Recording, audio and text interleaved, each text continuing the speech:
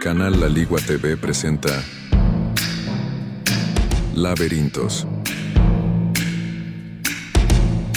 con la conducción de Lucas Morán y Eric Huica. Bienvenidos.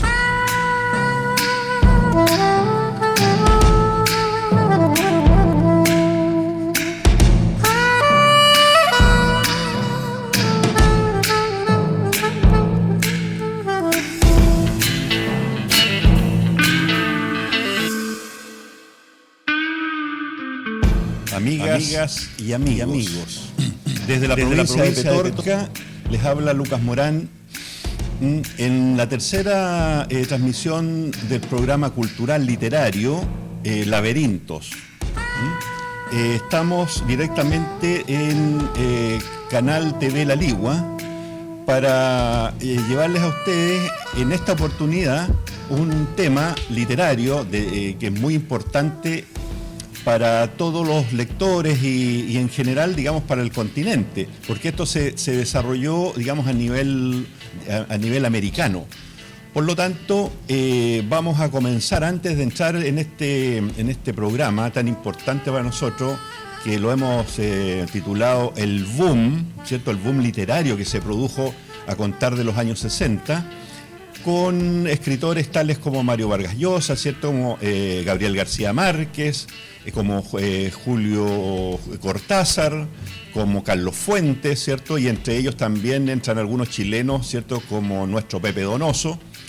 Y así, digamos, vamos a ir instalando nombres y vamos a ir instalando historia, porque de lo que se trata hoy día, ¿cierto? Es hablar de aquella literatura en nuestro idioma, que prácticamente todos conocemos, hemos escuchado, hemos tenido referencias de ellas en los colegios, ¿cierto? Y yo creo que también, entre otras cosas, ¿cierto?, en la que más satisfacciones le ha dado a América, con varios premios Nobel, ¿cierto?, como es el de Mario Vargas, como es el de García Márquez. Por lo tanto, hoy día es narrativa, y para ello, como siempre, están don Eric Huica, y hemos traído un invitado muy especial, ¿cierto?, que es un gran lector, que ha repasado estos libros durante toda su vida de lector, ¿cierto? Entonces también lo tenemos acá presente al arquitecto y amigo, gran amigo, don Eduardo Arenas Fernández, a quien comenzamos saludando. Eduardo, es un placer tenerte con nosotros, que hoy día nos ayudes a desmenuzar la gran literatura, sobre todo la del boom. ¿Cómo estás, Eduardo? Hola, gracias por la invitación. Interesante la conversación. Interesante también conversar acerca de la literatura latinoamericana. Como lector, yo tengo gratos recuerdos de mi infancia haber leído por primera vez a William Faulkner, porque era un libro que tenía mi padre en su casa, y era un libro que estaba en las obras completas. Son 2 tomos donde daba hasta flojera leerlo, porque era el papel Biblia, que es muy livianito, y cuando uno empezaba a hojear se daba cuenta que era un tremendo libro, además que con muchas páginas. Ya. Oye, vamos a saludar a quien está con nosotros toda la semana, gran lector que conoce muy bien de qué se trata el boom, y también muy bien de que William Faulkner, como decía Eduardo recién, tal vez haya sido el precursor de todos los escritores del boom. Así que dejamos ahora con un gran saludo y bienvenida a Eric Huica. Gracias, Lucas. Un placer estar nuevamente aquí, estar con Eduardo. Y a propósito de lo que hablaba Eduardo, ¿por qué William Faulkner? Escritor que no es latinoamericano, sino que es norteamericano, y que obtiene el Premio Nobel de Literatura todo esto el año 1949, porque dentro de los escritores más importantes del boom se nota la influencia casi unánime de William Faulkner en su narrativa, con algunas escasas excepciones, como podría ser el caso de José Donoso, que tiene también influencias de Marcel Proust y de Virginia Woolf. Pero el gran padre de esta literatura, y tal vez uno de los escritores más importantes que existen en la historia de la humanidad, es precisamente un escritor norteamericano, que no le quita mérito a lo que hicieron estos jóvenes en los años 60. Como ha dicho Lucas, el boom latinoamericano es un fenómeno más que nada editorial, propugnado por una editorial de Barcelona, la editorial Seix Barral, pero que va a servirnos, sobre todo a los latinoamericanos, para descubrir la tremenda e impresionante riqueza que tenemos en cuanto a escritores. Va a ser el descubrimiento de un continente, como lo he dicho en otras oportunidades, un continente que nace signado por la violencia y que va a ser el signo distintivo hasta nuestros días y probablemente en el futuro igual. Estos jóvenes en ese tiempo nobles, veinteañeros, encabezados por García Márquez y Vargas Llosa, con Carlos Fuentes, con Julio Cortázar, con José Donoso, van a dar a conocer este mundo a este mundo latinoamericano a todo el mundo, y con una serie de novelas que van a ser hitos dentro de la literatura. 100 años de soledad marca un desarrollo fundamental dentro de la novelística, y así como en otro programa hablábamos a propósito de que en esta lista del siglo XXI, 2666 de Roberto Bolaño aparece en el 6º lugar, bueno, en las listas del siglo XX aparece en muchas de ellas 100 años de soledad como el libro número 1, e incluso es más, de la historia de la literatura universal, cuando se hace una lista de los libros más importantes, aparece entreverado ahí con la Ilíada y con la Odisea, lo que marca cuál es la grandeza y el desarrollo que alcanzó, o las cotas de talento que alcanzaron estos jóvenes. Oye, Eric, Eduardo, que te voy a dejar con la palabra enseguida. Antes del boom latinoamericano,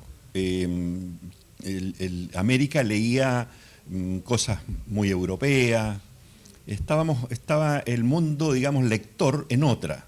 Eso es importante. Ahora, después que se publica, ¿cierto? Como dice Eric, La ciudad de los perros, me parece, de Mario Vargas, que causa, digamos, realmente una expectación muy alta, y después son seguidas por obras como 100 años de soledad, ¿cierto? Como Cortázar con Rayuela, como así, digamos, van surgiendo nombres de libros que los podemos ir desmenuzando, porque ahí está el gusto de cada uno.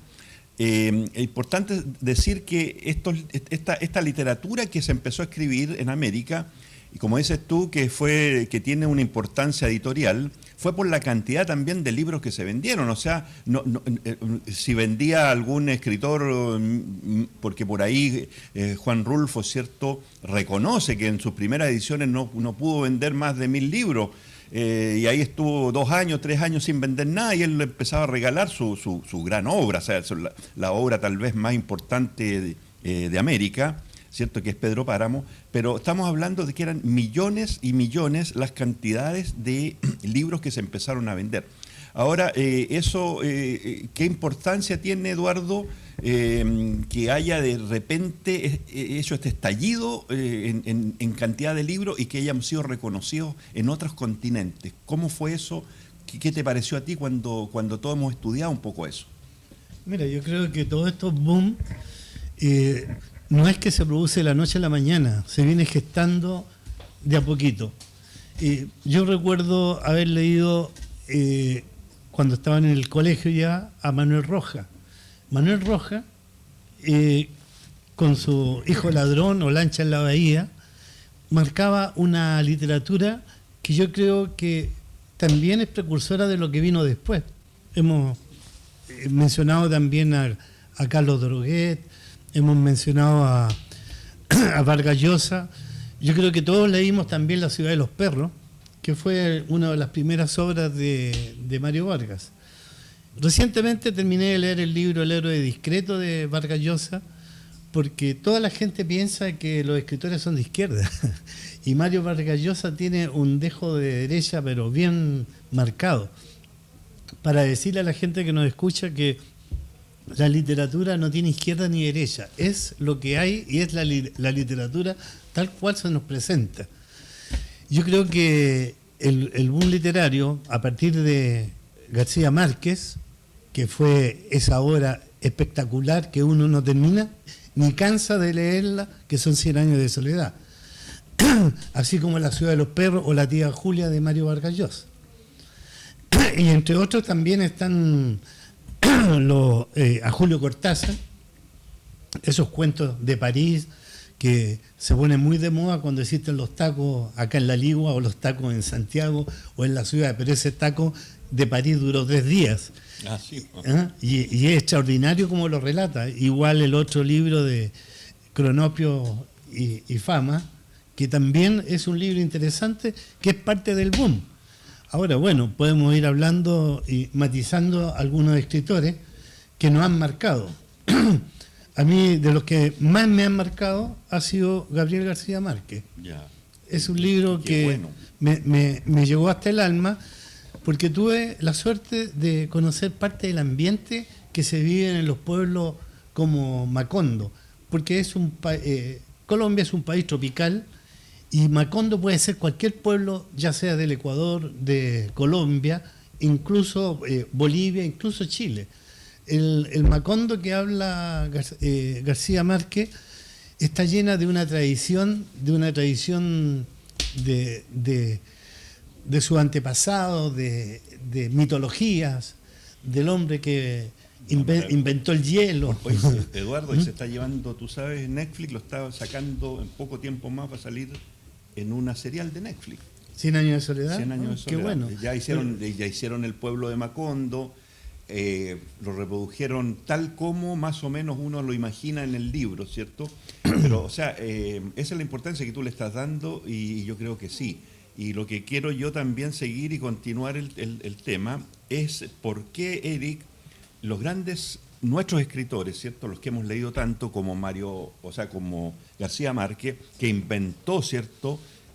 Macondo, y Juan Rulfo, que inventó Comala, y ¿cómo se llama? Y Jonetti, que inventó Santa María, ¿cierto?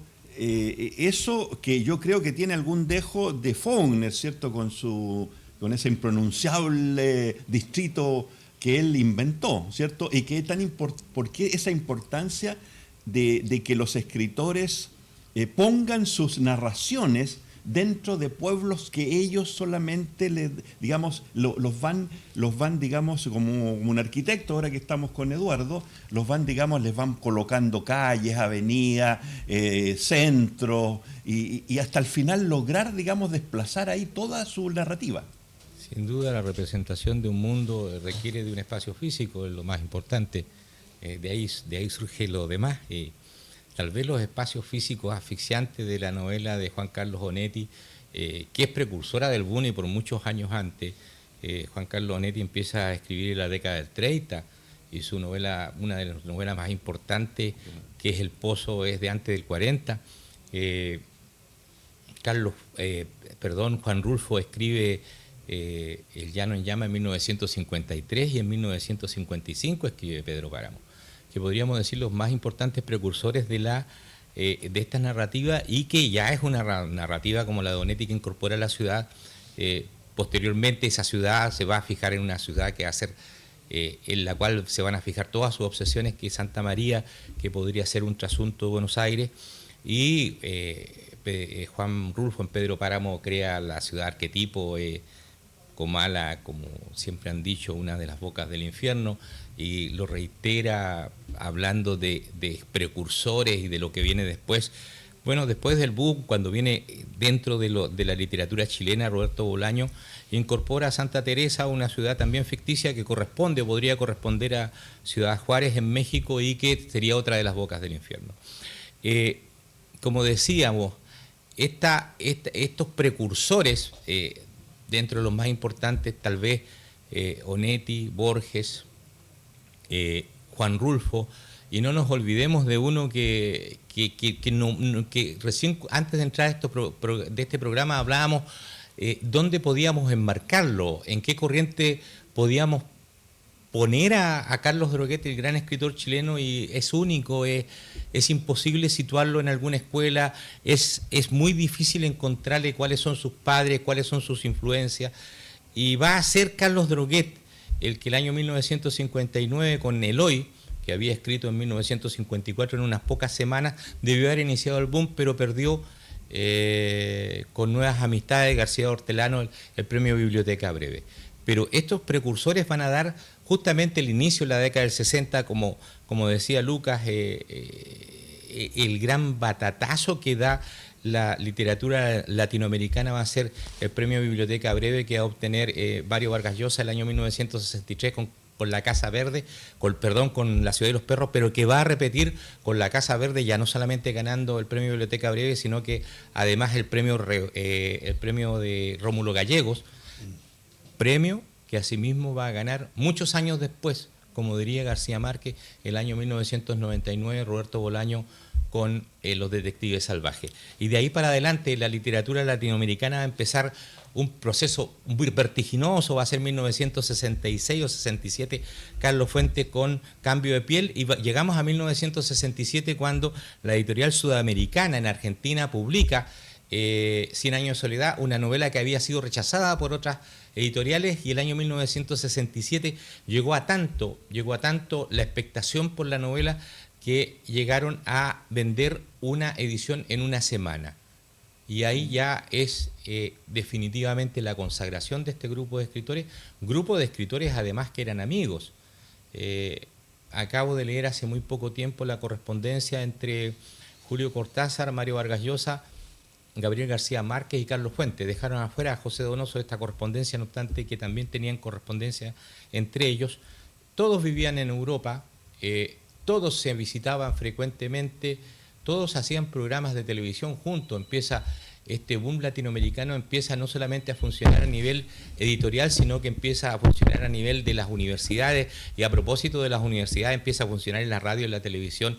Y como he dicho muchas veces, llegan a Vargas Llosa y García Márquez a una conferencia en una universidad de Lima, y es igual que si llegara un grupo de rock, como si llegaran los Beatles. A esas alturas llegó este movimiento literario que precisamente va a surgir este quiebre. Estos cuatro, como dijo Eduardo, Mario Vargas Llosa es un escritor que actualmente es de derecha, pero que su filiación original es comunista. Sobrevivieron a la Primavera de Praga, sobrevivieron a la matanza de Tlatelolco en la Plaza de las Tres Culturas en México, sobrevivieron al Mayo francés de 1968 con una amistad que se pensaba iba a durar siempre, pero no sobrevivieron a la detención del poeta cubano Eberto Padilla por haber escrito unos poemas en contra de la dictadura cubana. Ahí en el año 1971 se va a producir la fractura de este boom, de este grupo de amigos, y van a seguir un camino distinto Carlos Fuentes y Vargas Llosa. Julio Cortázar va a seguir junto a García Márquez su camino de izquierda, y José Donoso nunca tuvo ninguno de esos caminos. José Donoso es el distinto y que siempre su principal preocupación fue la literatura. Oye, no tuvo afiliación, pero José Donoso, donde van a morir los elefantes, hace una descripción de cómo es la universidad en Estados Unidos, a donde llegan. Ese libro a mí también me impactó mucho, donde van a morir los elefantes, que trata de estos jóvenes que van a la universidad de Estados Unidos y se tienen que vestir de gris, que es como en la piel de los elefantes.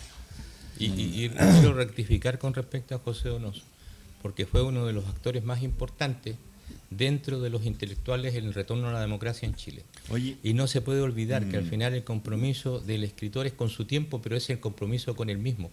Y no podemos olvidarnos tampoco, a propósito de esto, que el primer Premio Nacional de Literatura después del retorno a la democracia fue precisamente José Donoso. Así es. Oye, las influencias, Eduardo, que tuvieron toda esta gente tan importante en América, incluyendo los chilenos, se habla de Virginia Woolf, se habla de Faulkner, obviamente, y bueno, y de una serie de importantes que llegaron, digamos, a que, por ejemplo, García Márquez reconozca que La hojarasca, cierto, que es su primera novela, haya sido una influencia de Mientras agonizo, cierto, de Faulkner. Y tal vez, digamos, los otros hayan tomado mucho de esta gente, y tal vez también tengan ellos la influencia del Ulises, obviamente. Bueno, porque esto siempre es así, ¿cierto? Y ellos mejoraron nuestra literatura, la hicieron más entretenida, porque no nos olvidemos que antes de ello la literatura era descriptiva, solamente se refería a las cosas agrarias, las cosas sucedían, digamos, dentro de un plano, de una novela plana, ¿cierto? Donde todos decían inicio, desarrollo y final, todos eran felices.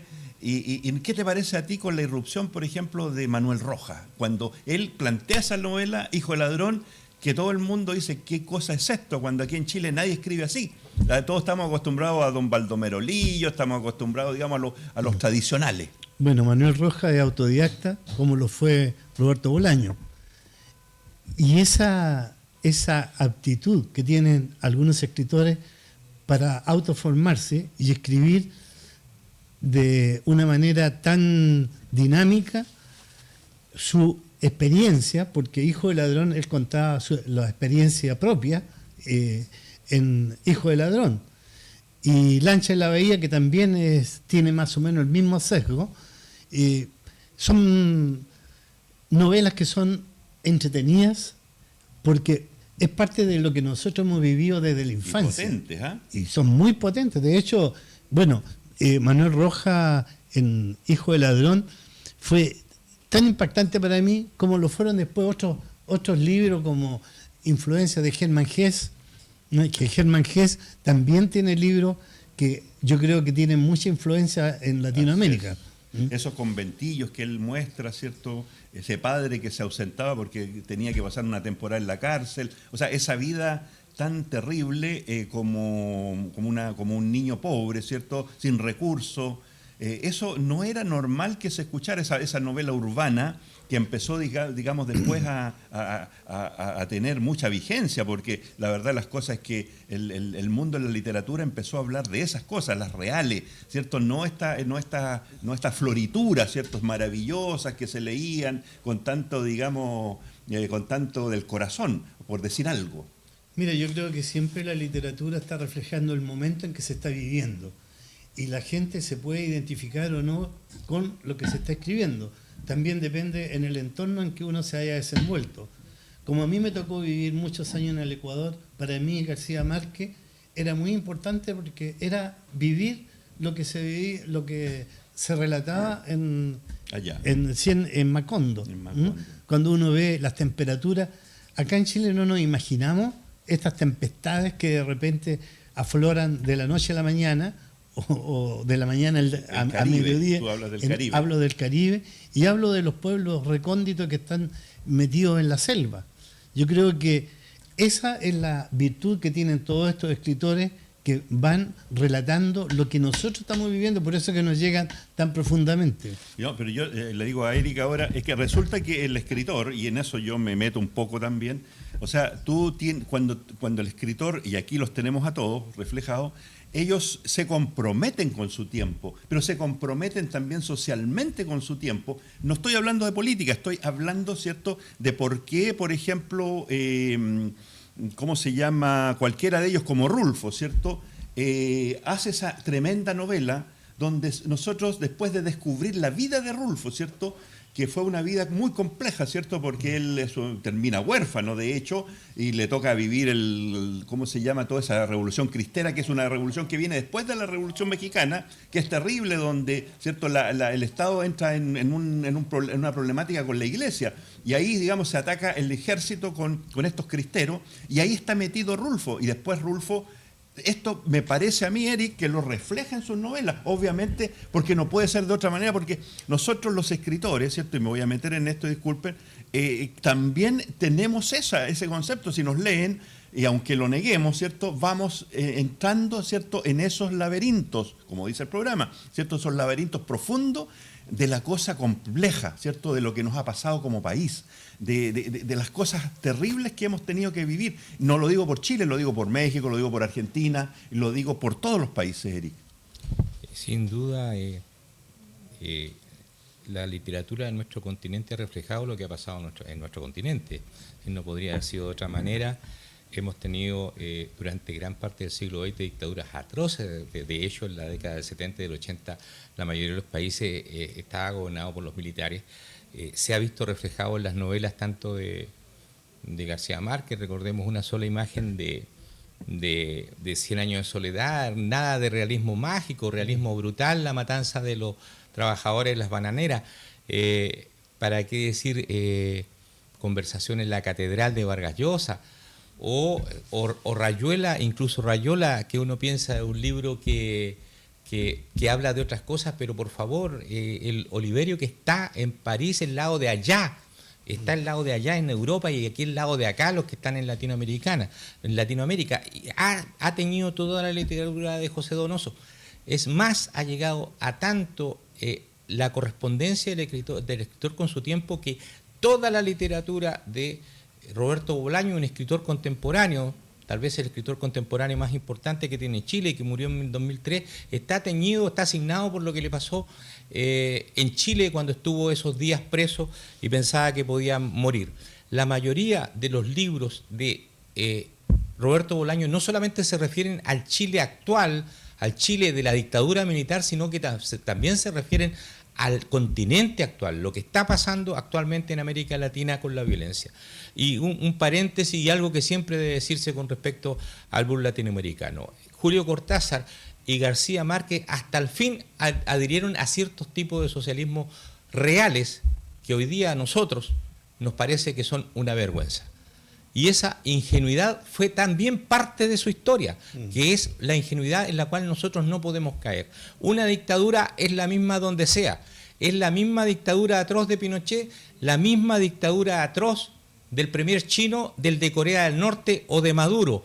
Yendo más lejos, es la misma dictadura que existe por parte de Israel sobre el territorio de Gaza. Los israelíes se convirtieron en lo que más temieron toda su vida, en nazis. Al final, ¿qué es lo que nos identifica? ¿Qué es lo que nos hace distinto? Es la conciencia, la creencia en que el mejor sistema de gobierno es la democracia, en la tolerancia, en el diálogo y en el respeto a la diversidad. Muy bien. Bueno, amigas, amigos, estamos en pleno desarrollo de nuestro programa. Y la conversación, ¿cierto?, nos lleva a estas reflexiones. Siempre lo importante es leer.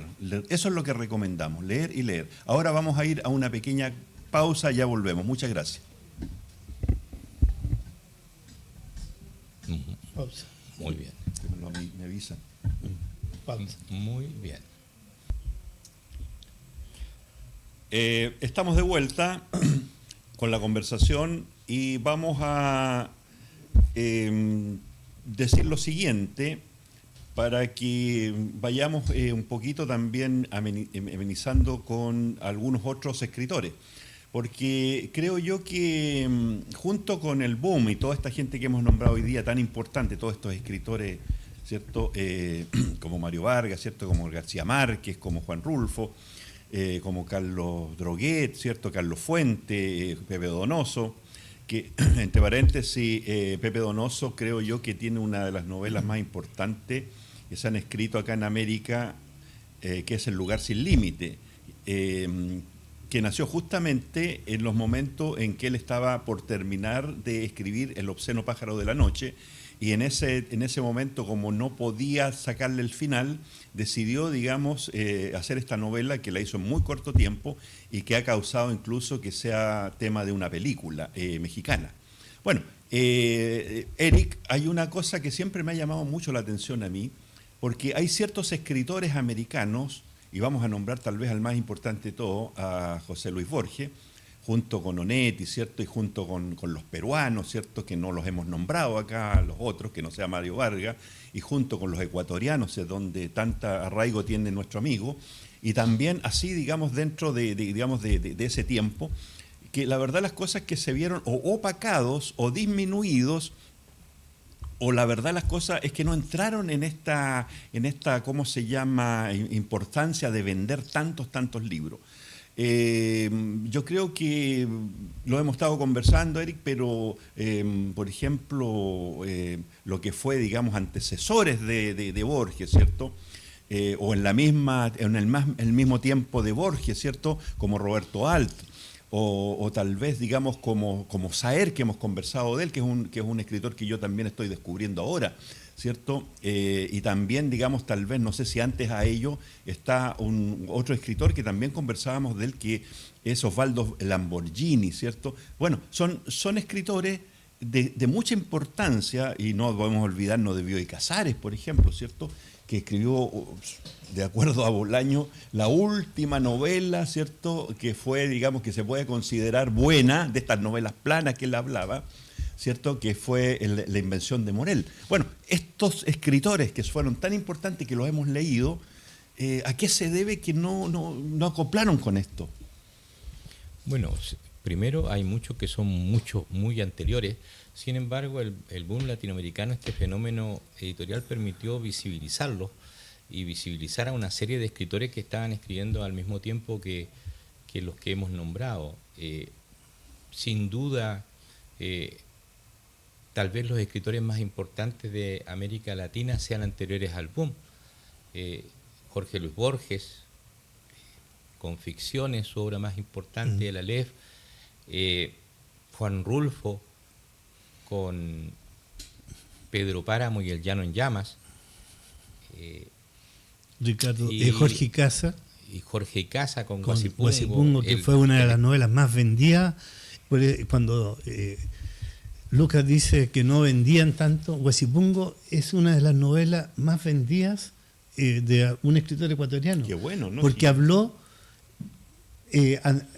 antecediendo a Juan Rulfo. Ya. Así es. Y los cubanos también. Y los cubanos, pero también tenemos que pensar en otro de los escritores más importantes, junto con Borges y junto con Juan Rulfo, que es Juan Carlos Onetti. Esa triada de escritores son los escritores más importantes, considerados los escritores más importantes de América Latina, y son anteriores al boom. Y tenemos que pensar también los que son coetáneos al boom, y ahí está evidentemente Alejo Carpentier, un escritor que a mí me encanta y que estuvo preso por la dictadura de Cuba y que salió al exilio y murió de SIDA en Estados Unidos, que es Reinaldo Arenas, tal vez el escritor más importante que ha tenido Cuba, junto con Lezama Lima, pero Lezama Lima y Su Paradiso también son anteriores al boom. Es decir, hay una cantidad impresionante de escritores que van a visibilizarse con este fenómeno. No olvidemos a Elenia Poniatowska en México con La Noche de Tlatelolco, para mencionar una de las mujeres. Ojo, el boom es particularmente un fenómeno de hombres, también machista, patriarcal. Lo que nos va a pasar ahora, porque en la actualidad la mayoría de las escritoras importantes o que son famosas y que son consagradas y que ganan premios son mujeres. Bueno, y la Elena Garro, ¿qué pasó si fue desde ese tiempo? La Elena Garro también es una escritora muy importante, opacada por los escándalos junto con su marido, el poeta Octavio Paz, pero es particularmente un fenómeno editorial de hombres. Lo que nos pasa, como les decía, en la actualidad, donde son particularmente las mujeres las que más escriben y las que son consagradas. Pero no olvidemos que también antes del boom está nuestra gran poeta Gabriela Mistral, pues. Sí. Y debemos mencionarla porque es importante. Es poeta, pero hay que nombrar al poeta también, como tenemos nosotros en la quinta región a Juan Cameron, que es un poeta de nivel mundial. También tú me habías encargado que buscar un libro de Piedad Bonet en la Feria del Libro de Ecuador. No encontré libros, se acabaron porque ella hizo una charla que fue muy buena, pero encontré en el aeropuerto de Bogotá un libro de Piedad Bonet que me encantó. Lo leí y lo recomiendo mucho a la gente que ha sufrido la pérdida de un hijo por suicidio. Es una obra que realmente ha trascendido y la están usando muchos psicólogos como recomendaciones que lean para cómo llevar un dolor tan grande como es la pérdida de un hijo. Y esto es un síntoma también, Lucas, del estado vivo de la literatura latinoamericana. Va un escritor a una feria del libro y sus libros se agotan. Es importante, a propósito de la subsistencia de esta forma de libro, nosotros siempre mostramos libros libros, pues, En materiales, hojas, en hojas. Las últimas encuestas sobre el desarrollo de la industria editorial muestra un fortalecimiento, un revestecimiento de los libros en hojas y una baja considerable de los libros que se leen a través de las plataformas digitales, lo cual es importante para aquellos que amamos las librerías, que amamos las bibliotecas y que significa, así como en los discos ha vuelto el vinilo, y la calidad es mejor, la calidad es mejor, o por lo menos yo considero que es mejor la calidad de leer un libro en hojas que leerlo en formato digital. Oye, Eduardo, ahora que estamos por finalizar, mira, bueno, tal vez si te recuerdas de algún libro que tú puedas recomendarle a la gente que nos está viendo hoy día, porque la verdad es que nosotros también estamos haciendo un poco eso, o sea... recomendar literatura. En el sentido de que, fíjate que yo tuve un muy mal aprendizaje acerca de qué es lo que tenía que leer cuando era bastante joven, ¿cierto? O sea, con los años recién aprendí, ¿cierto?, un poco a hacer selecciones de libros, porque increíblemente uno no tiene la vida entera para leer, ¿cierto? Además, hay que hacerse el tiempo para leer, pero sí es bueno tener una iniciación en la lectura, ¿cierto?, de aquellos libros que uno cree que eso a la persona no lo va a tirar para atrás. Porque, por ejemplo, si yo te digo Faulkner, no lo recomendaría yo para un iniciado, porque Faulkner sencillamente da mucho miedo, ¿cierto? Porque Faulkner no es un ¿cómo se llama?, escritor fácil de entrarle, ¿cierto? O sea, tiene cosas como El sonido y la furia que yo te digo que no creo que yo jamás le diría a alguien que leyera cuando está recién comenzando a leer. Pero en cambio, y eso te lo voy a dejar a ti, ¿qué es lo que tú le dirías a la gente hoy día? Porque es bueno que recomendar libros que nosotros les digamos que lean. Mira, yo creo que el libro imperdible y que está dentro de los 20 mejores libros latinoamericanos está el de Juan Rulfo, Pedro Páramo, Muy bueno, Los detectives salvajes y el libro de Roberto Bolaño, 2066. Ya. Esos son libros que están hoy día en los rankings Que de tú los puedes adquirir fácilmente. Los mejores libros del latinoamericano. 100 años de soledad, que yo creo que es imperdible. Una persona que se inicia en la lectura, digamos, esos libros le harían bien. Le harían bien, pero además hay otros escritores que también nos harían bien y que son de fácil lectura. Ya. Haruki Murakami, ¿Ya? en 1984, que es un libro grueso, 814 páginas, pero es tan interesante que uno lo comienza a leer y no para hasta que llega hasta la final. Pero además te transporta a George Orwell con el libro 1984, escrito en 1949. Ya. Entonces te obliga a buscar las raíces de lo que está escribiendo Haruki Murakami ahora. ¿Eh? Y tú te empiezas a recordar y dices, bueno, pero ¿por qué se hace referencia a George Orwell? Y al empezar a leer a George Orwell te das cuenta que existe un vínculo, una relación, existen dos cosas interesantes. Oye, yo quiero que Eric nos diga ahora, para poder equilibrar la balanza, escritoras que tú puedas recomendarle a la gente, porque seguramente hay bastantes mujeres, damas, que están viendo el programa, ¿cierto? Y también siempre hay una preferencia siempre hacia ese género, ¿cierto? Porque las mujeres son extraordinariamente, como dijiste tú recién, buenas escritoras, y las que están hoy día a lo mejor marcando la pauta en América y en el mundo. De las clásicas y que nunca deben olvidarse que existen, Chilena, casada sin profesión, de Elisa Serrana. ¿Ya? La brecha de Mercedes Valdivieso, que es la primera novela propiamente feminista que se escribe en Chile y que es tal vez de Mercedes Valdivieso la mejor obra, pero Mercedes Valdivieso además tiene una novela sobre la Quintrala que se llama Maldita yo entre las mujeres. Y entre las mujeres que actualmente están... Maldita yo entre las mujeres, que es una novela sobre la Quintrala. Y entre las escritoras que hoy día están escribiendo y que son muy importantes... Alejandra Costamagna, cualquier libro de Alejandra Costamagna,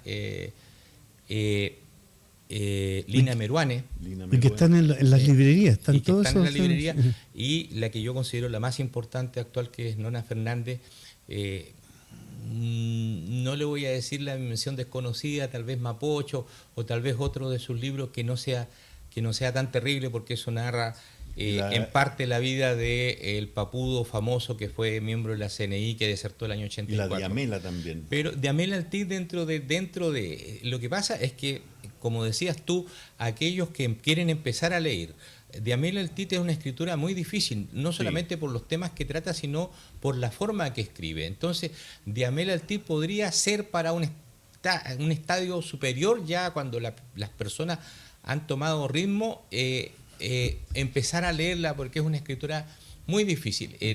Y no puedo dejar de mencionarla, porque aquí vamos a mencionar todo, que no obstante que a mí personalmente su obra completa no me gusta, pero hay una primera novela que creo que debe estar dentro del canon de las 10 mejores novelas chilenas de todos los tiempos, que es La Casa de los Espíritus de Isabel Allende, Nobleza Obliga. Es una novela extraordinaria que está al nivel de cualquiera de las novelas que hemos mencionado y está al nivel de cualquiera de los escritores chilenos.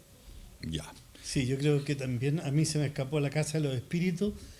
Es una novela y además que uno se identifica con el país.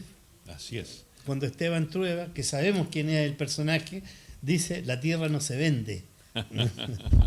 Bueno, se nos han escapado muchos nombres, indudablemente, y eso, digamos, nos disculpamos. Es un programa, ¿cierto? Ahora lo vamos a ir cerrando. Yo creo que ha sido una conversación bastante rápida, amena. No hemos entrado, digamos, en profundizar, ¿cierto? Ni hacer spoilers de las historias de cada libro. Yo creo que tenemos nuestras preferencias, tanto sea escritoras y escritores, ¿cierto?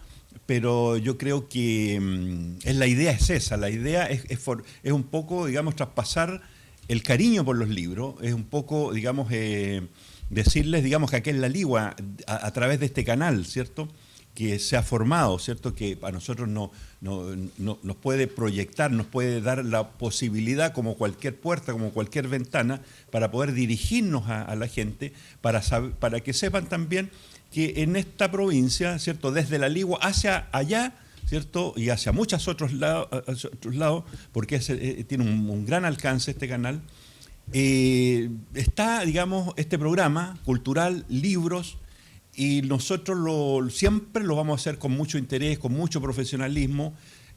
Vamos a intentar, ¿cierto?, abarcar muchos tipos de género, tal vez después sea el policial, que nos encanta, ¿cierto?, y tal vez, digamos, vayamos pasando, ¿cierto?, por otros libros ya de gente más joven, porque también tenemos que pensar en eso, y no nos vamos a olvidar de que aquí en La Ligua hay una feria de libros, a cargo de Rotary Club, ¿cierto?, que este año posiblemente se haga en otra fecha, mucho más conveniente, porque literatura de libros, ¿cierto?, yo creo que en este momento para nuestra comuna, para nuestra provincia, es lo que hoy día nosotros estamos proyectando.